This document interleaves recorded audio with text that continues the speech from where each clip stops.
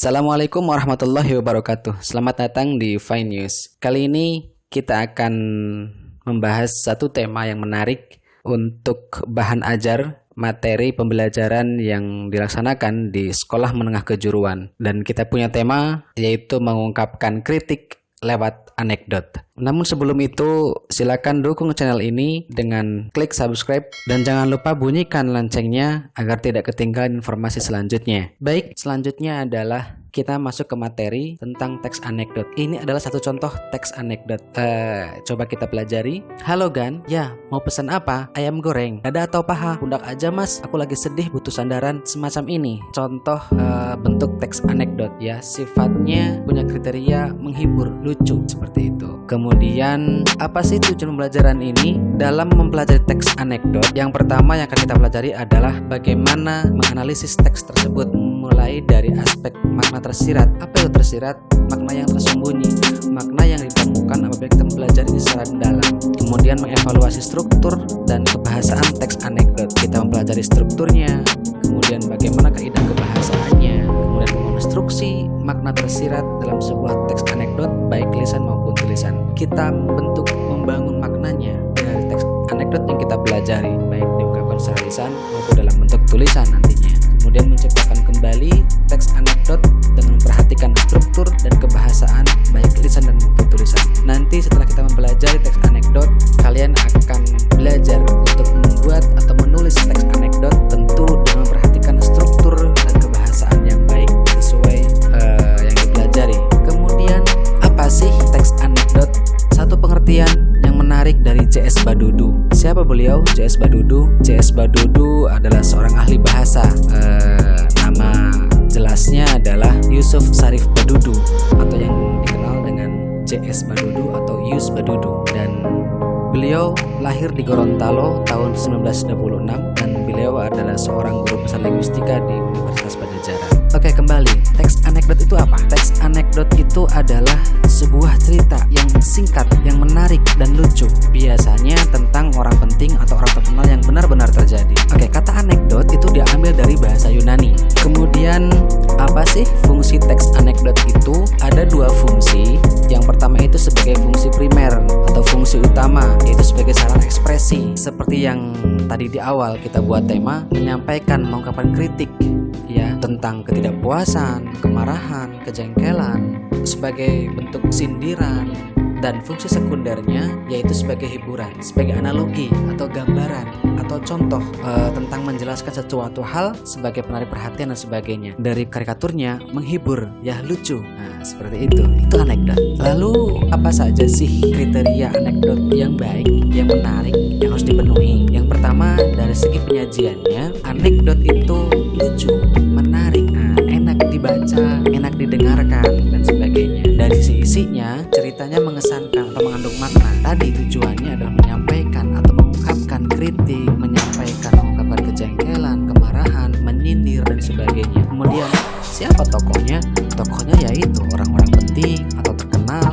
Seperti tadi ada gambar mereka berjas menggunakan dasi. Ketika dari stylenya saja kita bisa memaknai bahwa itu adalah orang penting, gitu ya. Kemudian apa sih peristiwanya? Peristiwanya terjadi di masa lampau, masa kini. Kemudian yang perlu kita pelajari teks anekdot adalah yang pertama ada abstrak. Abstrak itu adalah gambaran umum. Sebelum kita masuk ke dalamnya, kita diperkenalkan dulu, kita diberikan orientasi dulu, bagian awal dari ceritanya. Ini latar belakang peristiwanya itu apa, digambarkan dalam teks anekdot. Nah, abstrak dan orientasi ini bisa dikatakan sebagai bagian orientasi, bagian awal. Kemudian masuk ke bagian krisis, yaitu bagian yang menjadi hal atau masalah uniknya. Puncak ceritanya di sini yang sifatnya konyol, mengundang tawa, menghibur, seperti itu ya. Kemudian menuju reaksi, penyelesaian masalahnya, bagian yang dimaksudkan untuk menertawakan atau mencela ya, menyindir dan sebagainya. Nah, untuk bagian krisis dan reaksi ini adalah bagian komplikasi. Jadi yang di awal ini adalah bagian orientasi, gambaran awal dari teks anekdot, kemudian dilanjutkan dengan bagian komplikasi yaitu berupa krisis dan reaksi, dan ditutup dengan koda atau bagian akhir cerita. Dan bagian akhir cerita itu dapat berupa simpulan ya. Kemudian selanjutnya yang akan kita pelajari adalah kaidah kebahasaan teks anekdot. Kaidah kebahasaan teks anekdot yaitu menggunakan waktu lampau. Yang pertama ada waktu lampau. Apa sih waktu lampau?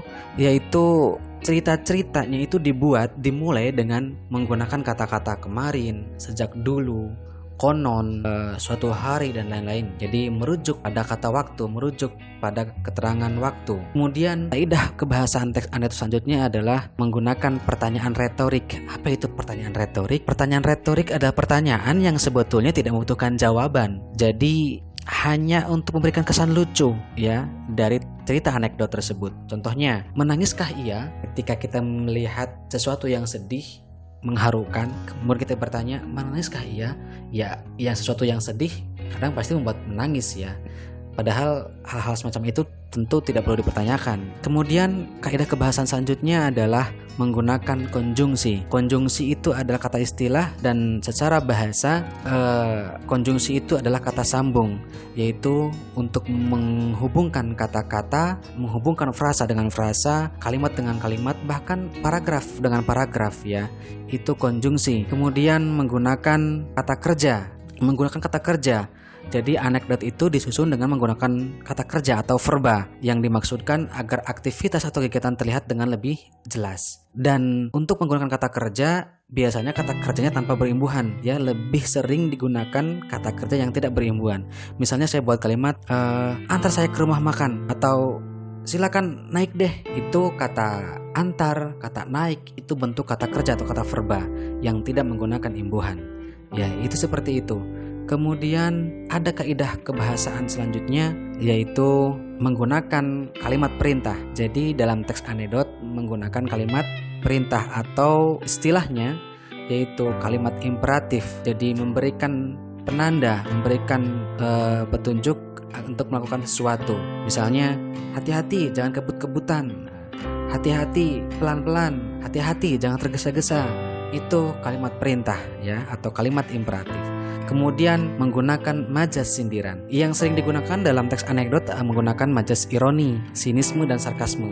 Bedanya, kalau ironi menggunakan bahasa-bahasa halus yang tujuannya menyindir gitu ya, secara halus, menyindir secara halus.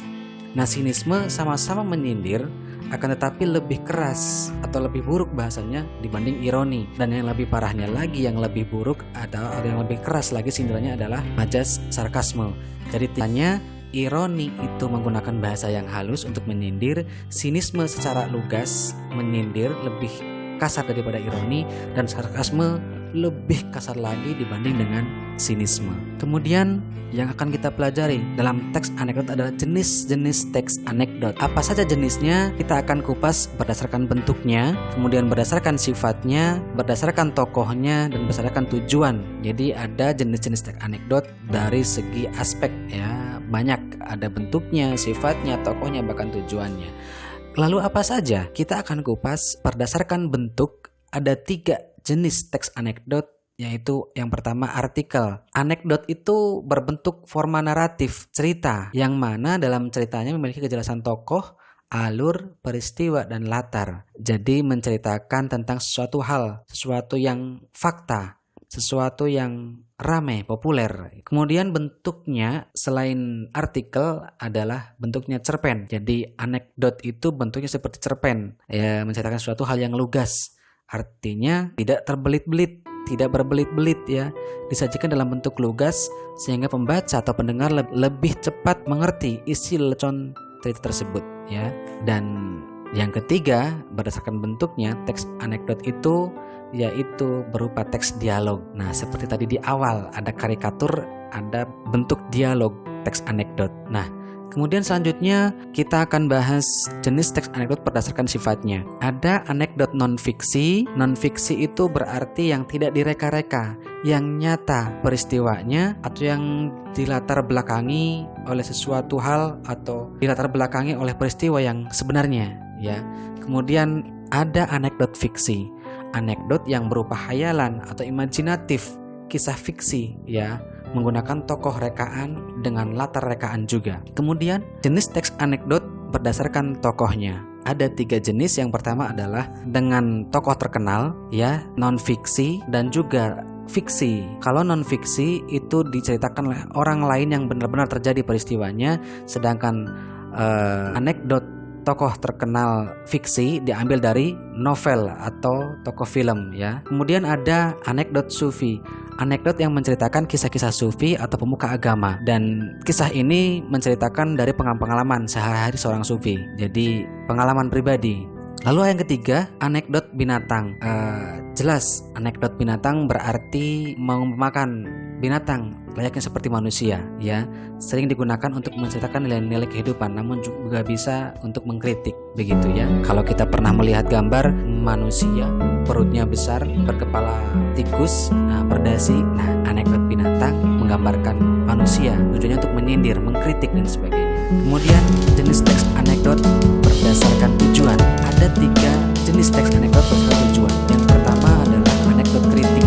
Anekdot ini bertujuan untuk mengkritik, ya, digunakan untuk pemerintah, kemudian sosial, masyarakat dan sebagainya.